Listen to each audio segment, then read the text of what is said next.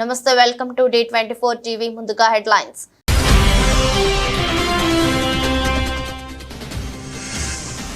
హైడ్రాకి రాష్ట్ర ప్రభుత్వం విశేషాధికారాలు. ఓఆర్ఆర్ లోపలి కోర్ ఏరియా అంతా హైడ్రా పరిధిలోకి తీసుకువస్తూ మంత్రివర్గం నిర్ణయం.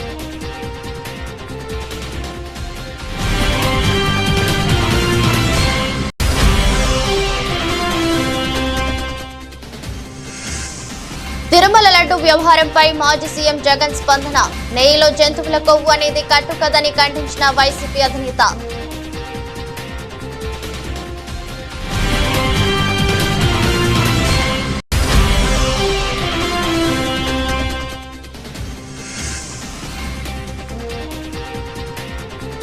సింగరేణి కార్మికులకు దసరా బోనాంజా. చరిత్రలో ఎన్నడూ లేని విధంగా కాంట్రాక్ట్ ఉద్యోగులకు సైతం బోనస్ ప్రకటించిన ప్రభుత్వం.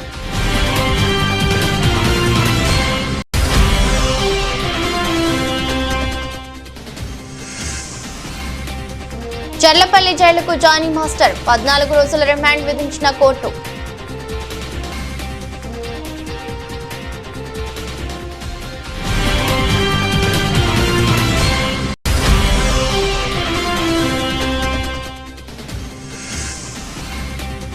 చెన్నై టెస్ట్ సెంచరీలతో కదం తొక్కిన పంత్ గిల్. బంగ్లాదేశ్ ముందు భారీ లక్ష్యం.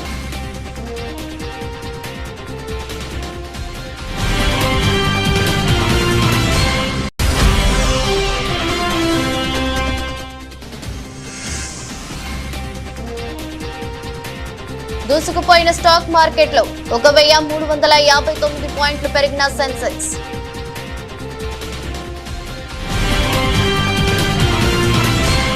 స్వాతంత్ర సమరయోధుడు, తెలంగాణ ఉద్యమకారుడు స్వర్గీయ కొండా లక్ష్మణ్ బాపూజీ గారి వర్ధంతి సందర్భంగా ముఖ్యమంత్రి రేవంత్ రెడ్డి ఆ మహానీయుడిని నివాళులర్పించారు. జూబ్లీహిల్స్ నివాసంలో బాపూజీ చిత్రపటానికి పుష్పాంజలి ఘటించారు. బడుగు బలహీన వర్గాల సంక్షేమానికి బాపూజీ తప్పించారని, వారి స్ఫూర్తిని ప్రజా ప్రభుత్వం కొనసాగిస్తుందని అన్నారు. Hyderabad disaster response asset monitoring and protection agency హైడ్రాకి రాష్ట్ర ప్రభుత్వం విశేషాధికారాలు కల్పించింది. ఇందుకు సంబంధించి 1-2 రోజుల్లో ఆర్డినెన్స్ జారీ చేయాలని తీర్మానించింది. ఔటర్ రింగ్ రోడ్డు లోపల ఉన్న కోర్ ఏరియా మొత్తాన్ని హైడ్రా పరిధిలోకి తెచ్చింది. ఈ ఏరియాలోని 27 మున్సిపాలిటీలు, 51 గ్రామ పంచాయతీలపై వివిధ శాఖల విభాగాలకు ఉన్న అధికారాలు, హక్కులు, స్వేచ్ఛను హైడ్రాకు కల్పిస్తూ రాష్ట్ర కేబినెట్ నిర్ణయం తీసుకుంది. ముఖ్యమంత్రి రేవంత్ రెడ్డి అధ్యక్షతన సచివాలయంలో రాష్ట్ర మంత్రి మండలి సమావేశం జరిగింది. ఈ సమావేశంలో హైడ్రాకు అధికారాలు కల్పించడంతో పాటు అదనంగా అధికారులు, సిబ్బందిని డిప్యూటేషన్ పై ఇవ్వాలని మంత్రివర్గం నిర్ణయించింది. దీంతో పాటు హైదరాబాద్ లోని పొట్టి శ్రీరాములు తెలుగు యూనివర్సిటీ పేరును సురవరం ప్రతాపరెడ్డి యూనివర్సిటీగా మార్చాలని నిర్ణయించారు. కోటిలోని మహిళా యూనివర్సిటీకి వీరనారి చాకలి ఏలమ్మ పేరును, రాష్ట్రంలో కొత్తగా ఏర్పాటు చేసిన Indian institute of handloom and textiles కు కొండా లక్ష్మణ్ బాపూజీ పేరును పెట్టాలని నిర్ణయం తీసుకున్నారు. వీటితో పాటు రాష్ట్రంలో కొత్తగా అనుమతి పొందిన 8 మెడికల్ కాలేజీలకు 3000 పైచిలకు బోధనేతర పోస్టులను మంజూరు చేయాలని, SLBC టెనల్ నిర్మాణ అంచనా వ్యయాన్ని 4637 కోట్లకు పెంచాలని, సన్న వడ్లకు 500 బోనస్ ను ఈ ఖరీఫ్ సీజన్ నుంచి ఇవ్వాలని, తెల్ల రేషన్ కార్డులను అక్టోబర్ నుంచి జారీ చేయాలని నిర్ణయించారు. కేబినెట్ భేటీలో తీసుకున్న నిర్ణయాలను మంత్రులు పొంగులేటి శ్రీనివాసరెడ్డి, ఉత్తమ్ కుమార్ రెడ్డి, కోమటిరెడ్డి వెంకటరెడ్డి మీడియాకు వివరించారు. హైడ్రా సబ్జెక్ట్ వచ్చి హైడ్రాకి ఒక చట్టబద్ధతని ఈ కేబినెట్ లో కల్పించడం జరిగింది. హైడ్రా ముఖ్య ఉద్దేశం ఏదైతే ఉందో, ఔటర్ రింగ్ రోడ్డుకి ఇన్నర్ లో ఉన్న కోర్ హైదరాబాద్ కి ఈ హైడ్రా అనేది చెరువులు, కుంటలు, ఏవైతే రిజర్వాయర్స్ ఉన్నాయో రిజర్వాయర్లు, నాలాలు, వీటన్నిటికీ FTL బఫర్ జోన్ లో ఏవైతే స్ట్రక్చర్స్ ఉన్నాయో, ఏవైతే గతంలో మున్సిపాలిటీలు, కార్పొరేషన్లు, వివిధ శాఖలకు సంబంధించిన అంశాలన్నిటిలో ఈ హైడ్రా పూర్తిగా వాటికి ఎన్నైతే హక్కులు ఉన్నాయో ఈ హైడ్రాకి ఈనాడు కేబినెట్ లో వాటన్నిటికీ సంబంధించిన అంశాలని హైడ్రాని ఇన్కార్పొరేట్ చేయటం జరిగింది. దీంట్లో ప్రధానంగా ఈ కోర్ అర్బన్ రీజన్ ఏదైతే ఉందో ORR కి ఇన్నర్ సైడ్ ఉన్న దాంట్లో 27 అర్బన్ లోకల్ బాడీస్ ఉన్నాయి. అదే రకంగా రీసెంట్ గా 51 గ్రామ పంచాయతీలను కూడా ఈ ఓఆర్ఆర్ కి ఇన్నర్ సైడ్ ఉన్న వాటిలలో 51 గ్రామ పంచాయతీలను కూడా ఈ కోర్ అర్బన్ దాంట్లో ఇన్కార్పొరేట్ చేశాం. వీటన్నిటికీ ఈ హైడ్రా అన్ని శాఖల్లో ఏ శాఖలకి ఎన్ని పూర్తి స్వేచ్ఛలు ఉన్నాయో ఈ హైడ్రాకు కూడా అదే రకమైన స్వేచ్ఛ ఉండే విధంగా నియమ నిబంధనల్ని సడలించడం జరిగింది. సింగరేణి కార్మికులకు తెలంగాణ ప్రభుత్వం బోనస్ ను ప్రకటించింది. కార్మికులకు 796 కోట్ల బోనస్ ను ఇస్తున్నట్లు తెలిపింది. ఈ మేరకు ఉప ముఖ్యమంత్రి మల్లు భట్టి విక్రమార్క ప్రకటన చేశారు. సింగరేణి కార్మికులకు సంతోషంగా బోనస్ ను ఇస్తున్నట్లు చెప్పారు. సగటున ఒక్కో కార్మికుడికి 1,90,000 రూపాయల బోనస్ ఇస్తున్నట్లు తెలిపారు. గత ఏడాది కంటే ఈసారి ఒక్కో కార్మికుడికి 20,000 అదనంగా ఇస్తున్నామన్నారు. సింగరేణిలో 25,000 మంది కాంట్రాక్టు కార్మికులు ఉన్నారని వెల్లడించారు. కాంట్రాక్టు ఉద్యోగులకు ఒక్కొరికి 5,000 చొప్పున ఇవ్వాలని నిర్ణయించామన్నారు. రాష్ట్ర ప్రభుత్వం ప్రాఫిట్ ఆఫ్టర్ ట్యాక్స్ 2023-24 సంబంధించి 4,701 కోటి రూపాయలుగా ప్రకటిస్తూ దీనిలో సింగరేణి సంస్థ ఆ సింగరేణి సంస్థలో పనిచేస్తున్నటువంటి యాజమాన్యంతో పాటు కార్మిక సోదరులు వారి భవిష్యత్ తరాలు కూడా ఇదే రకంగా పెద్ద ఎత్తున ఉపయోగపడాలనేటువంటి ఆలోచనతో సింగరేణి వ్యవస్థని కూడా విస్తరిస్తూ కొంత పెట్టుబడి పెట్టే కార్యక్రమాన్ని కూడా ఈ సందర్భంగా తీసుకుంటాం. ఆ పెట్టుబడి సంబంధించి ఇన్వెస్ట్మెంట్ 2,289 కోట్లు పోగా 2,412 కోట్లని 33% లెక్క 796 కోట్లని కార్మికులకి అంటే ఉద్యోగస్తులకి సరాసరి యావరేజ్ 1,90,000 రూపాయలుగా 1,90,000 రూపాయలుగా పంచేటువంటి కార్యక్రమాన్ని ఈ సందర్భంగా ముఖ్యమంత్రి గారి సమక్షంలో యావత్ మంత్రిమండలి మొత్తం సింగరేణి యాజమాన్యంతో కలిసి ఇప్పుడు ప్రకటిస్తా ఉన్నాం. దీనికి మేమంతా చాలా సంతోషిస్తా ఉన్నాం. ఇంత పెద్ద ఎత్తున పంచుతున్నాం. గత సంవత్సరం కార్మికులకి 1,80,000 పంచితే ఈ సంవత్సరం అదనంగా 1,70,000 పంచితే ఈ సంవత్సరం అదనంగా ఇంకొక 20,000 కలిపి 1,90,000 పంచుతా ఉన్నాం. ఇది 20,000 అదనంగా మనం ఈ సంవత్సరం కార్మికులు పంచుతాము. ఇది కాకుండా కూడా ఇంకా కార్మికుల భవిష్యత్తు కోసం పెద్ద ఎత్తున సింగరేణి సంస్థ చేత విస్తరించడానికి తీసుకోవాల్సిన చర్యలు కూడా చేపడతాం. దేశవ్యాప్తంగా చర్చనీయాంశమైన తిరుమల లడ్డు వ్యవహారంపై ఏపీ మాజీ ముఖ్యమంత్రి వైసీపీ అధినేత వైఎస్ జగన్మోహన్ రెడ్డి స్పందించారు. లడ్డు తయారీలో వాడే నెయ్యిలో జంతువుల కొవ్వు ఉందనేది ఒక కట్టుకథని కొట్టిపారేశారు. దశాబ్దాలుగా జరుగుతున్న పద్ధతుల్లోనే తిరుమలలో లడ్డు తయారీ జరుగుతుందని అన్నారు. దేవుణ్ణి కూడా రాజకీయాలకు వాడుకునే దుర్మార్గమైన మనస్తత్వం చంద్రబాబుదని విమర్శించారు. భక్తుల మనోభావాలతో ఆడుకోవడం ధర్మమేనా అని ఆయన ప్రశ్నించారు. ప్రతి 6 నెలలకు ఒకసారి నెయ్యి సరఫరా కోసం టెండర్లు పిలుస్తారని, చంద్రబాబు ముఖ్యమంత్రిగా ఉన్న సమయంలోనే నెయ్యి శాంపిల్స్ తీసుకున్నారని, జూలై 23న రిపోర్టు వస్తే ఇప్పుడు చంద్రబాబు మాట్లాడటం విడ్డూరమని మండిపడ్డారు. జూలై 17న NDDBకి నెయ్యి శాంపిల్స్ పంపించారని, జూలై 23న రిజెక్ట్ చేస్తే చంద్రబాబు ఇప్పటి వరకు ఏం చేశారో ఎందుకు బయటకు చెప్పలేదని ప్రశ్నించారు. జరిగినది జరిగినట్టు చంద్రబాబు చెప్తున్నారని జగన్ పేర్కొన్నారు. నెయ్యి తీసుకొచ్చే ప్రతి ట్యాంకర్ సర్టిఫికేట్ తీసుకోవాలని, ప్రతి ట్యాంక్ శాంపిళ్లను 3 సార్లు టెస్ట్ చేస్తారని వివరించారు.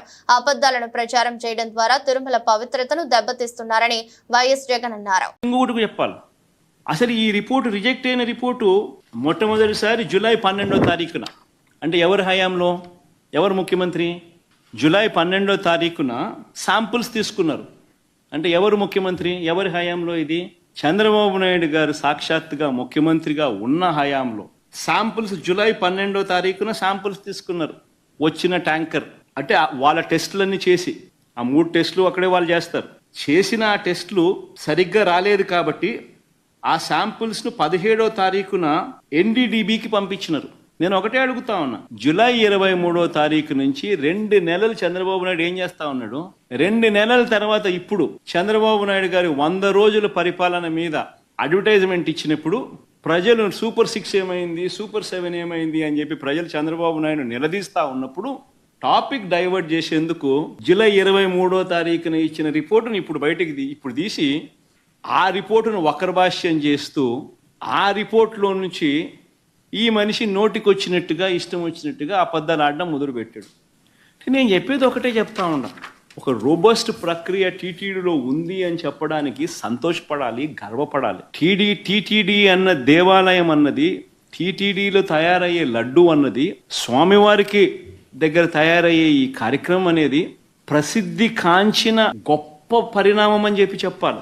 ఒక రోబస్ట్ ప్రక్రియ ఉంటే ప్రతి వెహికల్ను సప్లై చేసే ప్రతి వెహికల్ వాళ్ళ సర్టిఫికేట్ తీసుకొని రావడమే కాకుండా టీటీడీ ఆ ప్రతి వెహికల్లో నుంచి 3 శాంపుల్స్ తీసి ఆ శాంపుల్స్ పాస్ అవుతేనే నీకు లోపలికి పోయేదానికి పర్మిషన్ ఇస్తూ టీటీడీలో లడ్లు తయారు చేయడానికి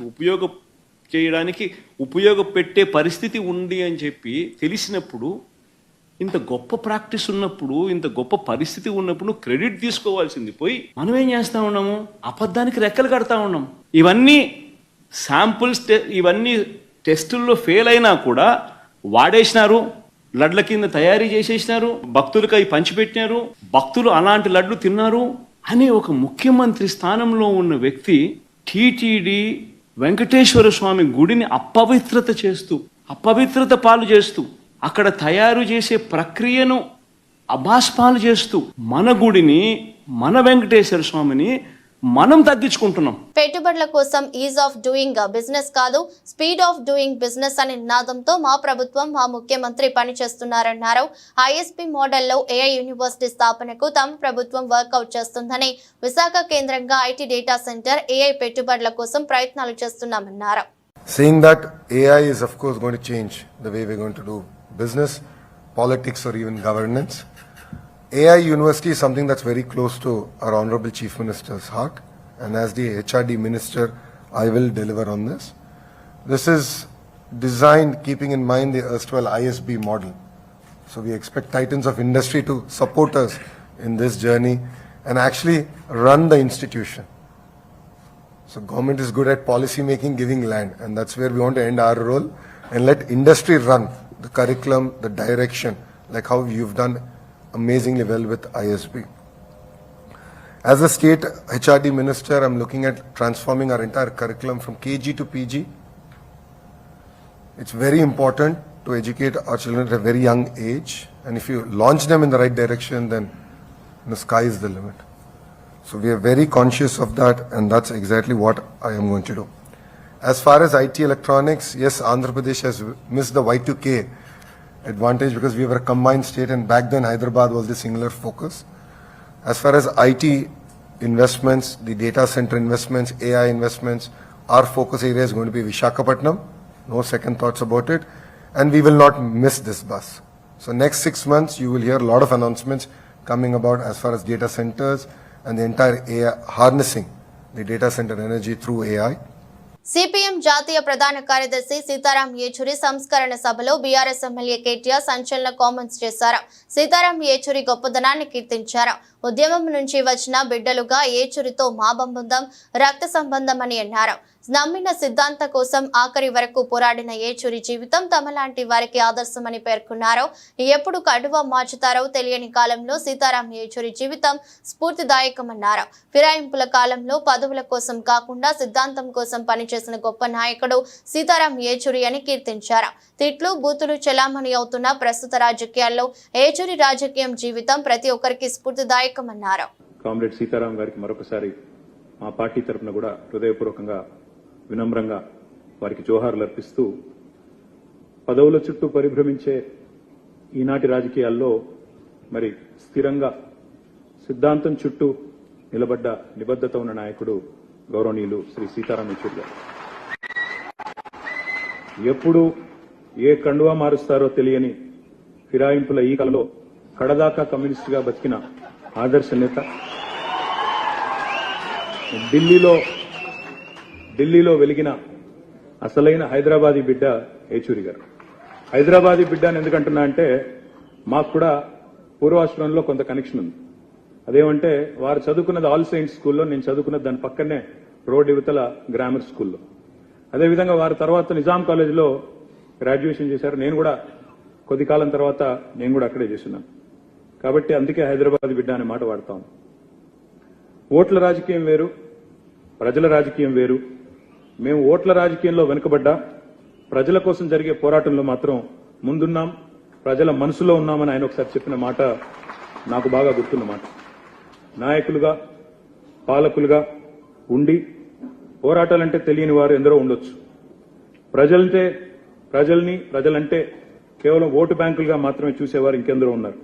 కానీ ఉన్నత చదువులు చదువుకున్న ఒక కుటుంబంలో స్వయాన మేనమామగా ఒక ఐఏఎస్ ఆఫీసర్గా ఉన్న ఒక కుటుంబంలో పుట్టి అణగారిన వర్గాల కోసం ప్రశ్నించే గొంతుకగా ఎదిగిన వ్యక్తిత్వం చాలా గొప్ప విషయం అని చెప్పక తప్పదు.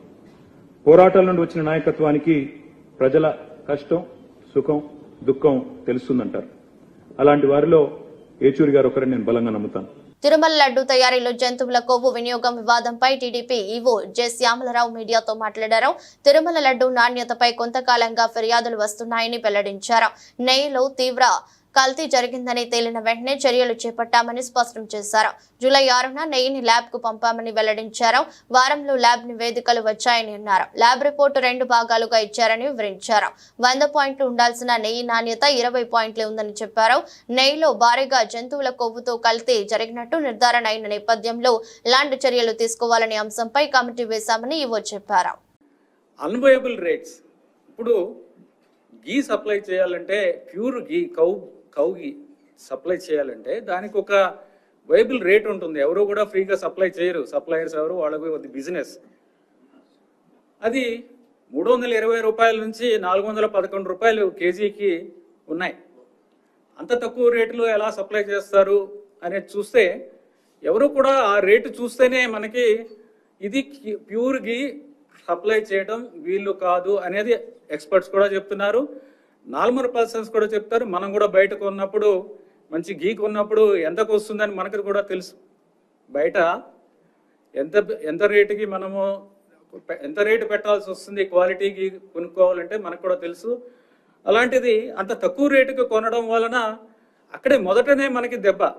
అంటే అంత తక్కువ రేటు పెడితే ఆల్మోస్ట్ మనము ఒక క్వాలిటీ మీద అంత అంటే కంట్రోల్ ఉండదు.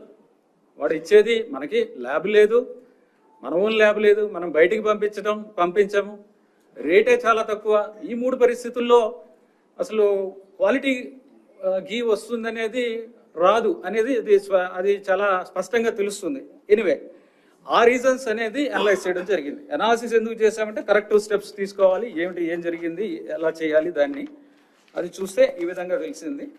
సో ఉన్న సప్లయర్స్తో గట్టిగా బ్లాక్ లిస్ట్ చేస్తామని చెప్పిన తర్వాత అందరూ కూడా క్వాలిటీ సప్లైస్ అన్నీ కూడా శాంపుల్స్ బాగానే ఉన్నాయి.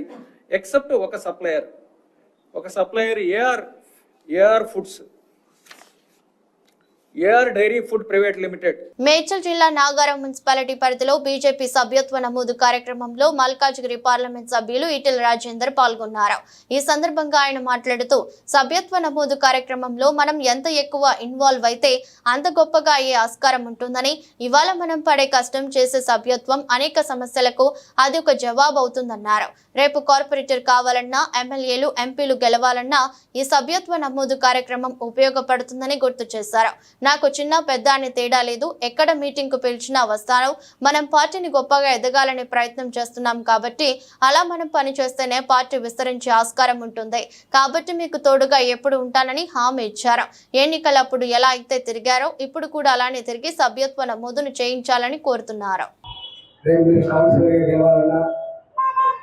రేపు మున్సిపల్ చైర్మన్ కావాలన్నా, రేపు ఎమ్మెల్యేలు గెలవాలన్నా, ఎంపీలు గెలవాలన్నా, మీరు ఇప్పుడు ఏ సమస్యలు అయితే తీసుకొచ్చి అలా ఇదైతే లేదు, అదైతే లేదు, వీడింటే లేడు, వాడింటే అని చెప్పి ఏ కాంప్రమైజ్ చేస్తుంటాం, అవన్నిటికీ శాశ్వత పరిష్కారం ఈ సభ్యత్వ నమోదు కాదు.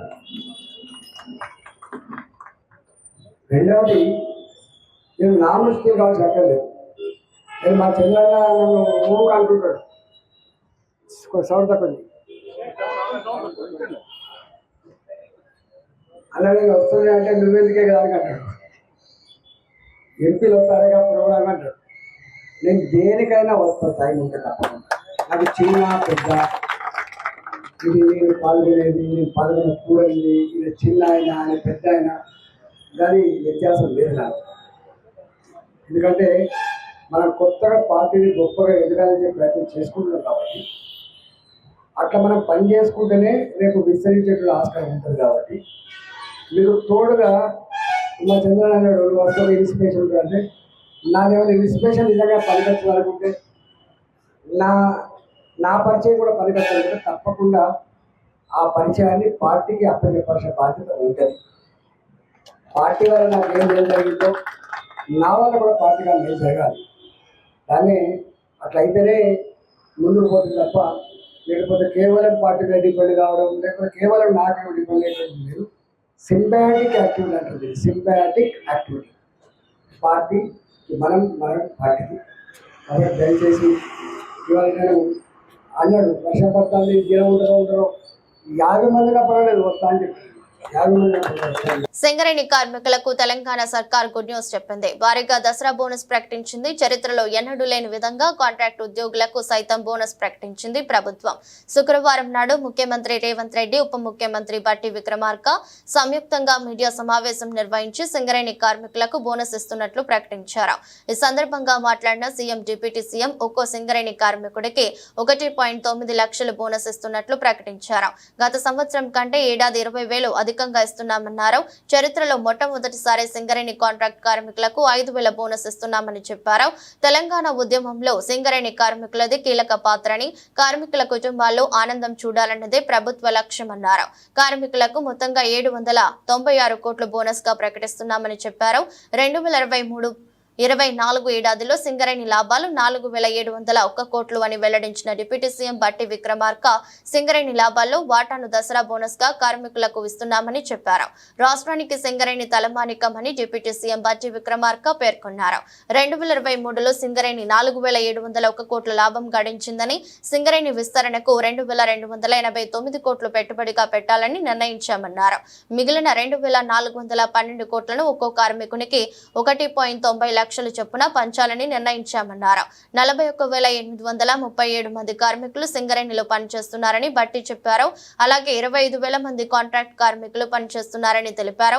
గతంలో ఎప్పుడు కాంట్రాక్ట్ ఉద్యోగులకు లాభాలు పంచలేదని, మొదటిసారి కాంట్రాక్ట్ కార్మికులకు 5,000 చొప్పున పంచుతున్నామని బట్టి తెలిపారు. గోదావరి నదిలో ఓఎన్జీసీ చమురు సంస్థ వేసిన పైప్ లైన్ నుంచి గ్యాస్ లీక్ అవుతుంది. శనివారం తెల్లవారుజాము నుంచి నదిలో నీటిని చీల్చుకుంటూ గ్యాస్ పైకి ఎగిసి వస్తుంది. యానాం, దర్యాలతిప్ప, కాట్రేనికోన మండలం బలుసుతిప్ప మధ్యలో ఈ లీకేజీ చోటు చేసుకుంటుంది. చుట్టుపక్కల కిలోమీటర్ల మేర ఈ గ్యాస్ వ్యాపించింది. మంటలు ఎగిసిపడే ప్రమాదం ఉందని స్థానికులు భయాందోళనలు వ్యక్తం చేస్తున్నారు. అధికారులు వెంటనే స్పందించి గ్యాస్ లీకేజీని ఆపేందుకు చర్యలు తీసుకోవాలన్నారు. గోదావరి జిల్లాలో ఇలాంటి గ్యాస్ లీక్ ఘటనలు, గ్యాస్ లీక్ కారణంగా మంటలు చెలరేగిన ఘటనలు గతంలోనూ చోటు చేసుకున్నాయని గుర్తు చేశారు. అందువల్ల వెంటనే ఈ గ్యాస్ లీకేజీని అరికట్టి భారీ నష్టం జరగకుండా చూడాలని స్థానికులు డిమాండ్ చేస్తున్నారు. చూడండి ఎలా పొంగుతుందో, ఇక్కడ పైప్ లైన్ అనేది ఇక్కడ అన్ని ఉన్నాయి, ఆనవాళ్ళు అన్ని ఉన్నాయి. చాలా దారుణమైన పరిస్థితి ఇక్కడ మేము చూస్తున్నాం. మేము ఈ రోజు యానం కాంగ్రెస్ పార్టీ నుంచి అలాగే విసికే పార్టీ నుంచి నాయకులు కార్యకర్తలు కలిసి మాకు ఈ విషయం తెలిసినట్టుంటే కూడా ఇక్కడికి మేము రావడం జరిగింది. ఒక్కసారి వీడియో చూడండి, ఎంత దీనివల్ల డ్యామేజ్ అవుతుంది, దీనికి ఎవరు సమాధానం చెప్తారు, దీనివల్ల పిస్టల్ పడడం జరుగుతుంది. దీని మీద స్పందించాల్సిన నాయకులు ఏమయ్యారు, ప్రభుత్వ అధికారులు ఏమయ్యారని నేను అడుగుతాను. నేను ఈ రోజు క్వశ్చన్ ఇస్తాను అందరికీ కూడా. మల్లాడి కృష్ణారావు గారు అలాగే ఉన్న లోకల్ ఎమ్మెల్యే గారు మీరు ఏం చేస్తున్నారు, ఇలాంటివన్నీ కూడా మీరు తెలుసుకుని దీని మీద స్పందించాలి. రేపొద్దున జరగరాని కూడా ఏదైనా అనర్థం జరిగితే దీనివల్ల ఎవరు సమాధానం చెప్తారు. ఇది భయంకరమైన స్మెల్ రావడం జరుగుతుంది. మీరు దయచేసి దీని మీద స్పందించి వెంటనే తగిన యాక్షన్ తీసుకోవాలి. దీనివల్ల కూడా చాలా డ్యామేజ్ ఉంటుందని తెలుస్తున్నాం. మేము అక్కడికి వెళ్ళడానికి భయం వేస్తుంది, అక్కడికి వెళ్తుంటే భయంకరమైన స్మెల్ వస్తుంది. దయచేసి మీరు అందరూ కూడా దీని మీద స్పందించి. మహిళా డాన్సర్ పై లైంగిక దాడికి పాల్పడినట్టు ఆరోపణలు ఎదుర్కొంటున్న సినీ కొరియోగ్రాఫర్ జానీ మాస్టర్ కు రాజేంద్ర నగర్ కోర్టు 14 రోజుల పాటు రిమాండ్ విధించింది. దీంతో పోలీసులు ఆయనను చర్లపల్లి జైలుకు తరలించారు. బాధితురాలి ఫిర్యాదు మేరకు ఈ నెల 19న గోవాలో జానీ మాస్టర్ ను అరెస్ట్ చేసిన పోలీసులు శుక్రవారం ఆయనను ఉప్పర్పల్లిలోని రాజేంద్ర నగర్ కోర్టులో హాజరుపరిచారు. అంతకుముందు ఆయనకు గోల్కొండ ఏరియా హాస్పిటల్లో వైద్య పరీక్షలు జరిపించారు. కాగా ఈ కేసు రిమాండ్ రిపోర్టులో పోలీసులు పలు అంశాలను పొందుపరిచారు. నిందితుడు గత 4 ఏళ్ల నుండి బాధితురాలపై లైంగిక దాడులకు పాల్పడుతున్నాడని, 2020లో తొలిసారి ముంబైలో లైంగిక దాడికి పాల్పడినప్పుడు బాధితురాలి వయస్సు 16 సంవత్సరాలేనని ఆ రిపోర్టులో పేర్కొన్నారు. జానీ మాస్టర్ భార్య కూడా బాధితురాలిని బెదిరించిందని, ఈ కేసులో జానీ మాస్టర్ తన నేరాన్ని అంగీకరించాడని తెలిపారు.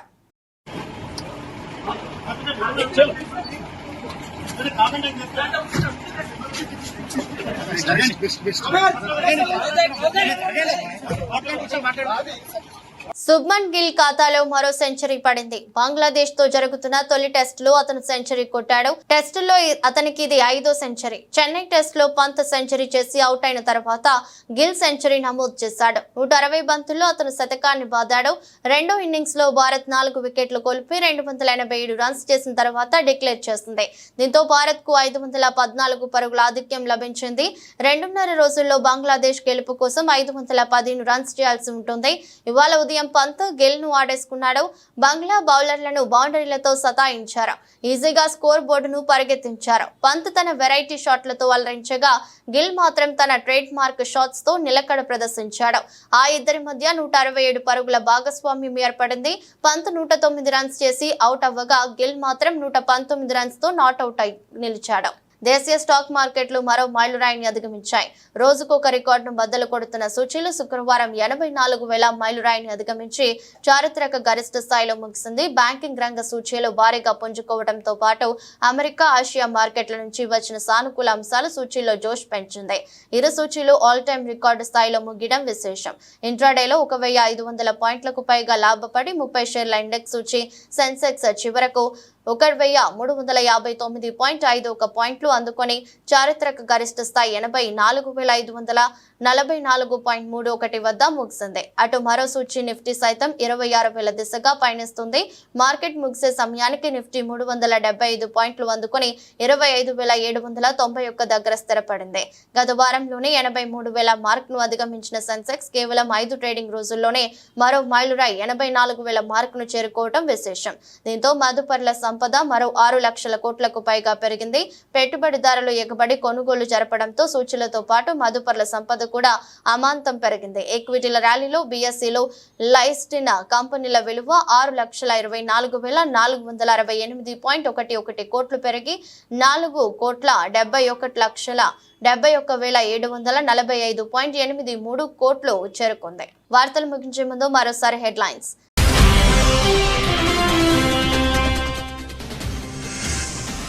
హైడ్రాకి రాష్ట్ర ప్రభుత్వం విశేషాధికారాలు. ఓఆర్ఆర్ లోపలి కోర్ ఏరియా అంతా హైడ్రా పరిధిలోకి తీసుకువస్తూ మంత్రివర్గం నిర్ణయం.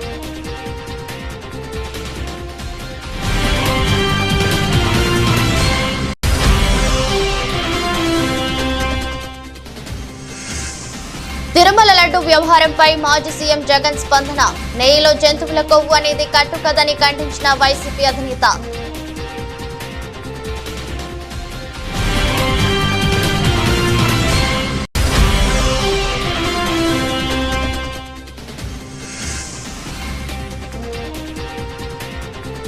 సింగరేణి కార్మికులకు దసరా బోనాంజా.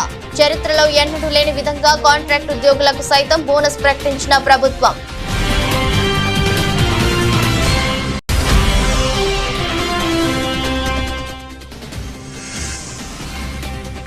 చర్లపల్లి జైలుకు జానీ మాస్టర్. 14 రోజుల రిమాండ్ విధించిన కోర్టు.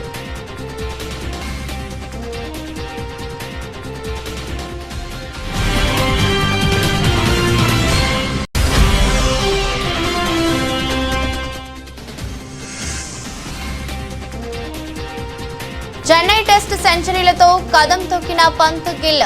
బంగ్లాదేశ్ ముందు భారీ లక్ష్యం.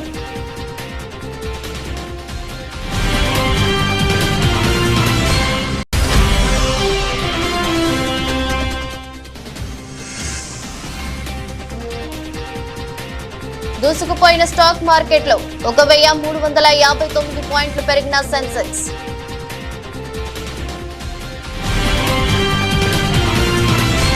ఇది రోజు బులెటిన్. మరో బులెటిన్లో మళ్ళీ కలుద్దాం. అంతవరకు సెలవు. నమస్కారం.